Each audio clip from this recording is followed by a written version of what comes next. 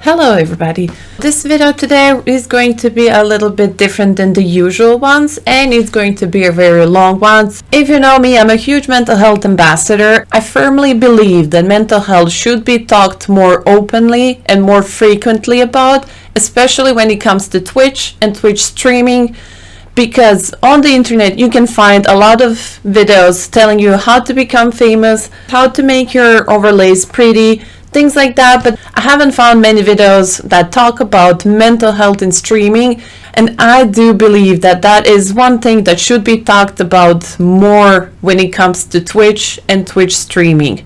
So I invited 3 of my friends who are also streamers to talk more and share their experience about mental health and streaming through their own experience.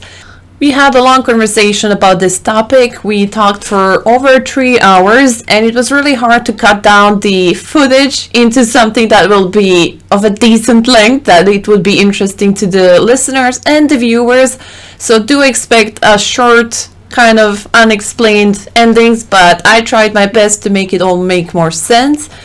And I do hope that you will enjoy, and this is going to be a mini series. There's going to be a couple more videos after this, just to include everything we talked about and all the questions. You can watch this as a video, or you can just listen it in the background as a podcast, as there is just a conversation. You won't miss anything on the screen, but I would highly appreciate if you listen this part and each part that will come out, because that would mean a lot to me, to my friends, and everybody who streams, just to open more conversations and bring more attention to mental health and streaming. As well, I would love to put in a trigger warning, so there is talks about depression, mental illnesses, struggles, different kind of things. So if you are struggling with some of those, please be careful when you're listening to these conversations. So not to make it any more longer, let's start with the video, and I hope you enjoy. I don't know if Turbo is coming. He said he's gonna wake up, so Okay. I didn't see him woken up. There he is. Hello. Speak of the devil. Good morning. You okay there, Turbo? Okay, cool. I can hear everyone again. Sorry, that was weird. Can you? I can. Do you see this? I mean, Yeah, I love it. I'm always cute, but like... Perpetually cute. Terminally cute. That's... It's literally like my hair is flipping all of you off. It's like, oh! Okay, so the first question I have a short introduction, and like, if you can tell, why did you start streaming? I can go first. My name is Cece. I am a variety streamer on Twitch. I go by simply Cece _. I actually started streaming as a way to combat my eating disorder. I know that's like, it's a really like jumping right on into it, but that's actually how I started streaming. Was I would have meals on stream, and there'd be like, either I'd be by myself, or there'd be one person who would pop in, or 1 or 2 people who would pop in. I was streaming on my MacBook computer. I'd always loved the idea of streaming. I'd always thought that, oh, this might be good for me, except for like, you know, I can't do lighting, but I feel like I am definitely very much an out there person, and I feel like streaming has just enough of a baseline that my social anxiety isn't as prominent. So I decided that in order to stop being so alone in quarantine and to actually get me to eat my meals, I would stream 3 times a day for like an hour. And I would eat meals on stream. And then it kind of evolved into this thing that I am just absolutely in love with. I do crazy things on stream. I play games now. I don't just like talk to my camera and eat food. But yeah, that's kind of how I got into the whole thing. And now it's less focused on, you know, just eating meals with people, and more focused on the community and trying to build a place where people can feel comfortable I don't know. Hi, my name's Parker. Hi, Parker. I'm a content creator. I mean, I guess that kind of fits. I got into YouTube first when I was like 13 years old, and then I guess that's kind of how I got into streaming as well, because I really kind of made a name for myself on YouTube. I'd say at a really young age, and was making money off of it. Got partnered on YouTube. Got partnered with channel. I don't know if it's still a thing or not, but partnered with Machinima Respawn, which was a gaming YouTube channel that was a pretty big thing back in the day in the Call of Duty scene. Eventually ended up quitting YouTube because of a bunch of emotional drama stuff and whatnot and personal doxing, and I didn't know how to handle it. Almost 10 years go by, and my brother kept trying to hedge on me. He was like, dude, you should try doing this Twitch thing. You should try going back to content creation. You should do all this. You were really, really good at it. I was like, I don't really feel like it anymore. That's kind of done and done. And then, I don't know, just all of a sudden just didn't like where I was at work, didn't like my job, I hated my job, didn't feel comfortable there, tried to find a new job, that didn't work out, and I was just okay, I'm gonna move to New York City to be with my girlfriend, and, I probably won't have anything to do for a while, I guess I'll try the streaming thing out. And, I didn't think anything would come of it, honestly, and nothing did for the longest time. It was just sort of am I actually capable of doing this again? Because it seemed a lot easier 10 years ago. And yeah, I kind of got back into it via that, just with sort of the same thing that I did around 10 years ago, which was sort of bringing light to mental health discussion in gaming. And it was through a series called Dealing with Depression and whatnot, and it sort of documented my events with being hospitalized and kicked out of school at the time when I was in middle school. Nobody knew I was in middle school, though. I had a pretty deep voice, I guess, for a kid, and a lot of people thought I was older. And so if they knew I was 13 or 14 and talking about those things, they probably would have been like, why am I listening to you? But yeah, that became a pretty successful thing. And it was kind of nice. I think it kind of also helped spark talking about mental health in the YouTube scene in a way that a lot of people just kind of hadn't before, because there weren't videos when it got posted in Machinima Respawn. I think they eventually got 40,000 views or something like that, which is a lot around 2010, 2009, 2010 in YouTube. In the gaming scene, and whether or not it had a positive ratio of likes to dislikes or 5 stars, whatever it was back in 2009, I think it still kind of helped a bit. I'm not saying I pioneered it, but I definitely think it helped kind of open the gateways to it in a way that it made it more popular, I guess, or more welcoming. I don't know. Cut. Good scene. Okay, Cues. Everyone, take a sip of water. Good scene. Take 5. I actually have no water. I have many cups, I have my but no bottle water. ready. I mean, I feel like with channel rewards, it's kind of, it's an incentive to get people to just hang out on your stream. Yeah. And I think that's the biggest thing, because views are weird on Twitch. Yeah. Views are weird. That feeling of time being currency and interest being currency, that the question was We're still why? Introduction. Why, right? So, are you aware of how many of us have ADD? That's me! I think Wait, that's do we all of all? I think that's all. Thank you. So I'm Alexian on Twitch. I go by Turbo Slut. I never intended on being a quote-unquote streamer, so I didn't have a safe for work username. So, in terms of how I got into it, why did I start streaming? The how I don't think is so much important, because really, I don't know. But I started months ago. At some point in time, we were in the middle of pandemic, and I was hospitalized for months. The pandemic started while I was still in. I am a musician and a performing artist, a burlesque dancer, etc. All of my hustles require a live audience. And yes, I did have ass tassels. Thank you very much. Honestly, I think a lot of people who tried to stream, who are performers and stuff like on Facebook and things like that, didn't have a lot of success if you don't have like a major platform already, which I didn't really. So I had my lifeblood and my only means of making money didn't exist.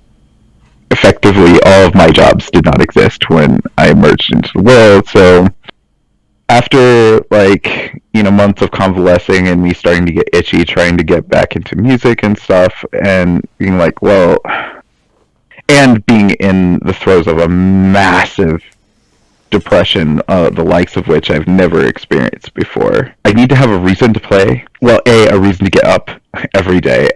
2, a reason to play. And that would be like having some sort of audience. So I started streaming and someone to perform for. I didn't have that, and was actually getting very close to giving up on it until quite recently. I had stumbled onto Parka Stream, and that's its own. I got carried along on a raid into Foxy Phoenix 424, a live stream, and I was very enchanted with that community and stuck around for a while, and happened to casually mention to someone I was talking to in the chat that I am a pianist and was getting ready to do like a little thing. And this person I was talking to happened to be a mod in the server, and I guess shouted out my channel. I didn't notice. I was on my way out. I left. And the next thing I knew, like about an hour in, I was about done. I was like getting ready to like end the stream. I look over and I have like 50 people sitting there. I ended up playing for like 2 more hours, and it was so revitalizing, and invigorating, just really nice to have an audience again. And I was like, I remember what this feels like. And this feels like the thing that I do to stay alive. So I did it again the next day, and people came again, and so I did it again the next day. And I was like, this is really nice, because it also is really motivating me to practice every day now. And so I started using streaming as a motivation to like drag my ass to the piano every day. Then we hit 69 last night. Yeah, nice. So Nice.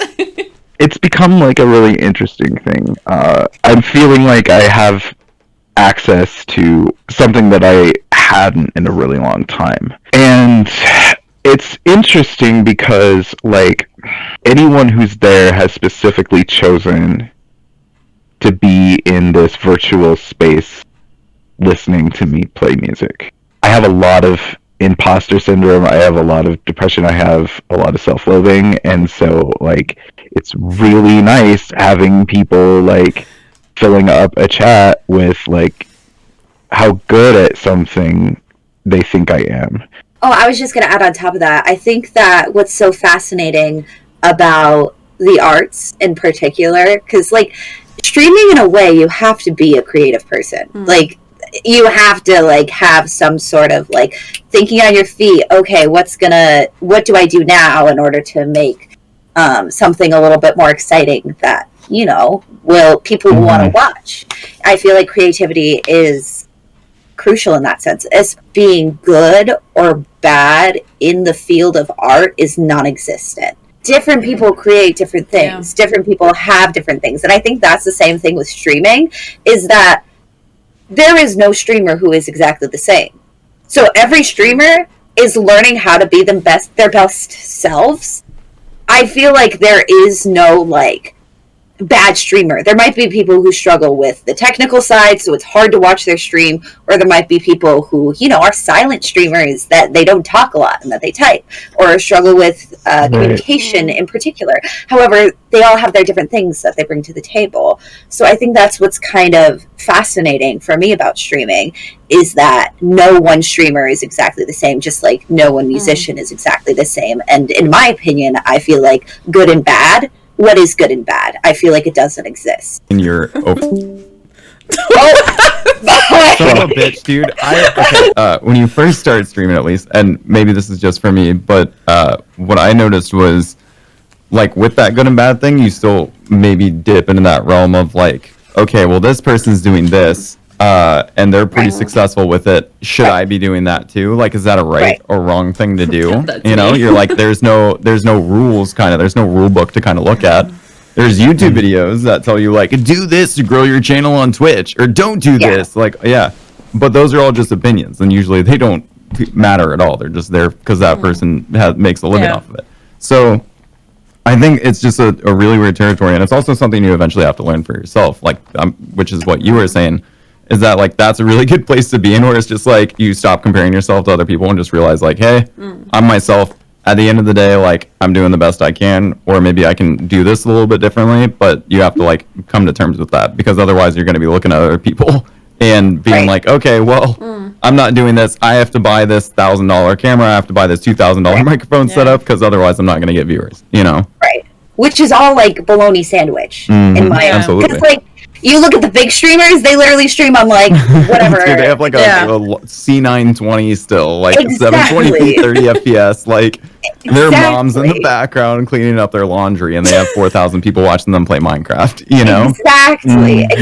And I think what's so fascinating about this is that I think that what you're talking about also comes with the whole knowledge thing. Because I feel like if you see something and you're like, oh, I like what they're doing with that, I'm going to take that and adapt it to be my own thing. In that sense, where it's like, oh, I have to do this. It's more like, oh, I really like this. I'm going to be like, okay, maybe chat with that streamer, try to talk to them about it, and be like, I really like what you do with this. Can I incorporate this with my stream? And then it's like, yeah, sure, go for it. I feel like that has to do with the knowledge thing, where it's like you learn new. I feel like I learn new things whenever I watch anybody stream. Like, I feel like I'm always learning new things on how to adapt myself to be a better Twitch streamer. But I feel like, again, that has to do with knowledge, and it doesn't have anything to do with me being a good or bad streamer. Because I feel like being a streamer just has to do with being you and giving yourself out to the world 100%. and doing it in different ways. That sort of hide behind my piano, which is where I'm best. I wouldn't say it's hiding. It's still you. So it's a not different side. It's still you, but it's, you know, I don't know how to say it. But yeah, I agree with you, Turbo. I mean, people, like, with your streams, you don't have to have your camera on, but you are having now more and more people coming just for you. So I think that's also a great flex, as people would say, you know. It's your talent that brings people. You don't have to have camera on. You're living proof there. No, but I think that's what's wonderful about Twitch, is that you literally can do whatever makes you the most freaking comfortable. I think that's what's been so amazing for me on this platform, is that I have felt so uncomfortable in so many situations for a lot of my life. And it's like with Twitch, it's like, oh wait, this is literally my world. Like, I'm kind of creating my own community. I'm creating what, you know, the standards I feel like I want to show and not show about my life. I can decide, you know. It doesn't feel like I owe anyone anything, because people are coming to hang out with me for me. They're not coming to hang out with me because they feel like I owe them something. And if they do, they leave, you know. Like, if people feel like I owe them a specific thing, they're not going to last long. Like, they're not. So I think that's what's so amazing about Twitch, is that you get to make it for you. And I love what you were talking about with, like, do I even show my face? Which is like, that's what's beautiful, is that you don't have to. And you're still, like, playing beautiful music and doing wonderful things. So No worries. Okay, so question number 2. I was later. honestly. Okay, was or is there anything you struggled the most in the beginning? Like self-doubt, imposter syndrome, or something like that?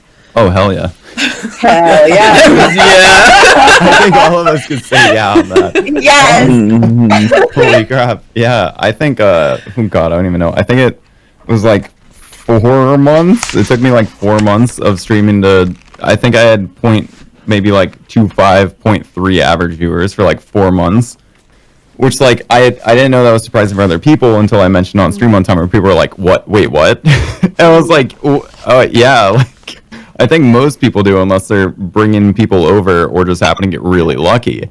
And I think that was the biggest thing, too, was just, like, would put so much effort into streaming all the time and do like 12-hour streams and everything like that, and have people come in and be like, hey, who are you talking to? Because you'd watch all these YouTube videos like how to grow your Twitch channel, like things to do, whatnot, and it'd be like always be talking and trying to like have conversations and keep in case people like randomly pop in. And so I would narrate everything that I do, and I had like some experience with that doing YouTube videos and commentaries and stuff. So I was just kind of used to it, just like monologuing, narrating whatever I was doing. So I'd do that for like 12 hours a day whenever Bridget wasn't home, because she was at school and whatnot. So it'd usually be like 8 to 12 hours. And, you know, just have random people come and ask who I was talking to, tell me that was weird, and then they'd leave. And yeah, so it'd be like, even like friends would stop in, you know, I'd post it on like my Instagram, which was like my personal Instagram at the time. And I'd have like a friend pop in, and then they'd say what's up, and then eventually the viewer count would go back down to 0, and I'm like, damn, I'm just really boring then, huh? Which absolutely isn't the case. It's just like, I think, you know, at the time I didn't really understand that, I don't know, there's kind of like a pressure to being the only person in a Twitch channel talking to someone, because you're like, well, I don't want to go and make food and still be lurking and like listen to that person try to have a conversation with me, because then I'd feel bad, sort of like an obligation to it. And I think like a lot of people, especially like my close friends, would just kind of come in, say what's up, and then leave, because they don't want to feel that pressure to have to stay there the whole time. So it like the beginning of streaming is very, very tough, because it's, I don't know, it's a very confusing place. And like I said in the first question, it's just, you're constantly downing yourself and comparing yourself to others, maybe even like bigger streamers. And then you're like, well, no one's watching me, so I'm going to drop this money on this. Like my tax return, the first like 4 months I started streaming is when I bought the Sony a6000, because I was like, oh, like I have $1,000, so I'm going to put that all into streaming for my tax return. So I bought a stream deck and a Sony a6000 and stuff, and I was just like, okay, like my stream looks super professional now. Just dropped $1,000 on it, and then still didn't change anything. So like wasting money on it, just so much like self-doubt in it and everything. And that's I think what a lot of people deal with when they go into any sort of content creation, at least lately. Because like I said, 10 years ago, you start making YouTube videos on Call of Duty or montages or whatever. Nobody has that equipment yet. Nobody's really thinking like, well, I don't want to make... Most people are like, I don't want to make YouTube videos on video games. Like, that's stupid, you know? So you'd grow your channel so easily. People would be like, oh my God, like, this is so cool. This is so cool. I'm going to subscribe. I remember making my YouTube videos, blowing up, having 2,000 subscribers within like a month of making like Call of Duty montages, and then going to Twitch and streaming for 6 months and not having anything to carry over. It was just like, well, I've gained 2 followers. So yeah, it's very jarring. I definitely agree with the whole imposter thing. Like, I still feel it, like, some days when, you know, I feel like I've been kind of on this very stagnant amount of people who are on my stream for a very long time, which I don't mind. Like, I love all the people who come into my streams. I think that they're wonderful people, blah, blah, blah, blah, blah. But that kind of stagnation kind of sometimes makes me feel like, oh, is it worth it to try to make this work for the long run? Because obviously it's not very reliable in terms of like how it all works, and you see, you know, there's not really a lot of people in your chat, or you see the things like that. And I've only been streaming for 6 months, and I got lucky to have, I still have been definitely growing. I didn't get up into like the average 10 viewers until like 5 months in, probably, which is still crazy, and it's crazy, and I need to keep reminding myself that. And like, I've made a lot of amazing friends and things like that, but even with all of that, I still compare myself to others, which is something that I feel like I am a huge person who like preaches against that, because I don't like that I do it. I absolutely hate that I do it. And then I see things and I'm like, oh, why is this happening? Why am I not good enough? Why am I not entertaining enough? What can I do differently? And at the same time, every time that I stream, I feel like I am having the time of my life, you know, and that I wouldn't want to change who I am as a person. So why should I try to change that for others? It's like this huge imposter syndrome thing where it's like, is me as a person not enough? Is me as a person not enough?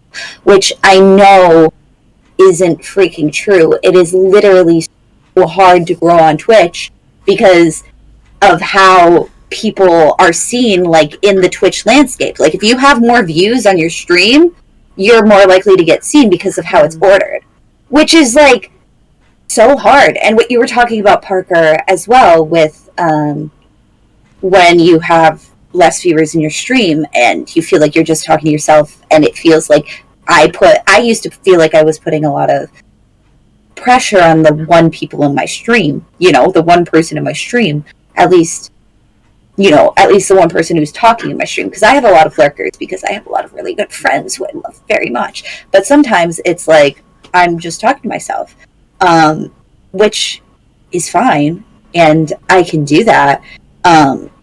It just makes me feel like whenever people aren't talking, it's that whole like, people just feel bad for me. Like, I don't want people to come into my stream and be like, oh, this person's kind of sad that they're just kind of like talking to themselves and doing all of this stuff. Which, even when I have like higher view counts, that's still sometimes happening for like 20, 30, 40, whatever. I used to do it for a lot more often. And I found what really helps when I'm just talking to myself is I can't just ask questions, because I feel like even though you see that, and that's like the tip that everyone gives on YouTube is like, ask people questions. I feel like that puts so much pressure on the chat to be like, okay, I guess I'm answering a question, rather than like having a good time playing the video game that I'm playing. I'm a loud person. I feel like I narrate the heck out of everything. It's like, oh gosh, well, I get like dumb stuff like that, where it's like, and if I have a question for chat, yeah, I'll ask, but it's not like, okay, what's the next question I ask to get someone to talk to me? What's the next question? It's like, no, I feel like what's really helped me is that to like get me out of that whole like, no one cares about me, like I'm an imposter sort of thing, is that like just being myself. I know that sounds ridiculous, but the only thing that's really gotten me out of that mindset is like, I don't like myself right now, so why don't I just like ignore what I think everyone else is thinking with my anxiety and just kind of be myself completely and unapologetically.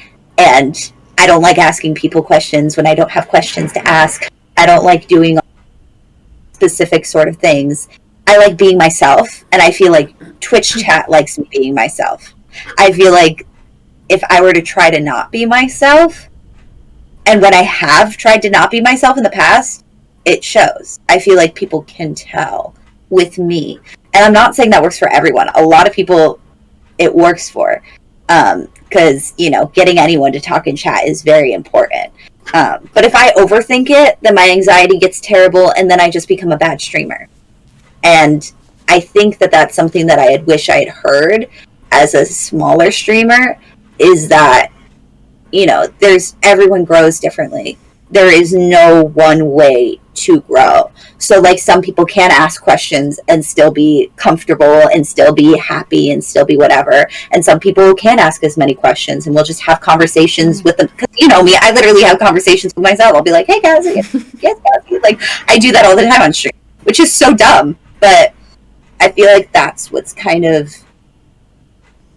pushed me past that in the past. Yes, there are many days where I still have that imposter syndrome feeling, but it's more like, I love to stream.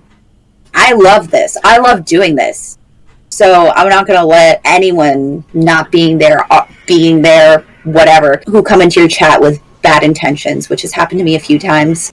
Panic attacks, things like that, not fun. And then it's like, oh wait, it's my space. I get to fully be me here. And I think that's the beauty of Twitch, is that this is my space. I get to fully be me. And in the long run, if my view count suffers because of that, it suffers because of that. Because I'm not going to apologize for being myself. I feel like I've made this sort of community of people that I really like. And it's really fun to hang out with them. So why would I jeopardize that for more views? You know? I'd rather jeopardize the views than jeopardize the community. You know, I feel like that's, again, everybody has their own path. Everybody has their own whatever. Listen to the big streamers, they all ended up being big different ways. None of them are the same. So even though the question is worded in the past tense in terms of like large difficulties when one started, I feel like I'm still in the process of starting. So right now, I think that first of all, as a performer, as much as I would really not like to be subject to like issues of viewership and engagement, those two things are extremely important for a performer in terms of I straight up do better at my art when there are people watching. It can be very difficult, especially at the start of a stream, when you're sort of waiting for people to trickle in, and it's like, well, I have to save my best bits for when people actually get here. So what do I open with, and how do I keep myself engaged when I'm literally the only one in here? So there's a bit of tech envy, I guess, you know, that I had to push through and be like, okay, so this isn't state-of-the-art and rife with like stunning visuals and a bunch of stuff, which a lot of the other like live musicians have. And being like, well, why the fuck is anybody going to stop in here? I've had to accept the fact, you know, speaking of imposter syndrome, this kind of segues into that a little bit, because in the last, I don't know, what is it, 2 or 3 weeks maybe, I've had to accept the fact that people actually do come for the music and will stay because of it, and you know, the people who have stayed consistently and have attended streams consistently, like, you can't be making something that people come back over and over for and then continue to like think you're not putting out anything that's worth anything.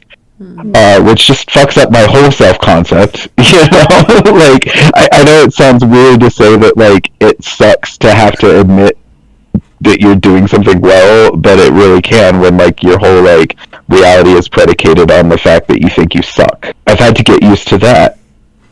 Get used to, like, the fact that being good at something and people liking what you do does sort of put a bit of responsibility on you to continue to hone that craft and continue to develop it and invest in it and to get out of bed every day and do something about it, and to fight the like niggling little thoughts and the evil voices and the demons and the mental illnesses that like you've allowed to sort of get in the way of creating what you love, you know, what you love, and doing what you love. And so, you know, in one sense, it's really nice to be, like, have something I've starved for such a long time, but at the same time, I'm mad about it. Now, I actually have to learn how to use this platform.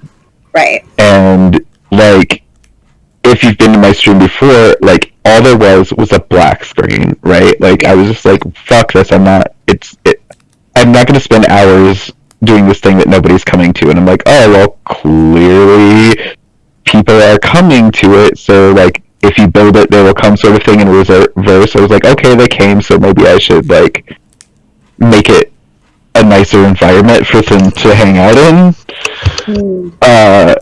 And it's very overwhelming. There are a lot of extensions, there are a lot of, like, options for things, there are bots to consider, or the emotes to make, and, like, the prospect of having to be my own manager in this sense is, like, daunting as fuck. I can barely, like, answer the phone when the doctor's office is calling about something important. Like, I hate phone calls. how am I gonna, like, maintain a fucking channel that needs to be consistently worked on?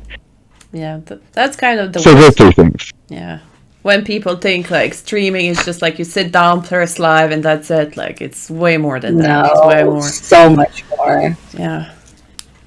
Okay, so the next question. Do you think streaming changed you as a person? Yes. That was quick. Yes. Yeah. No, That definitely. face. It's like the glassy eyes of trauma.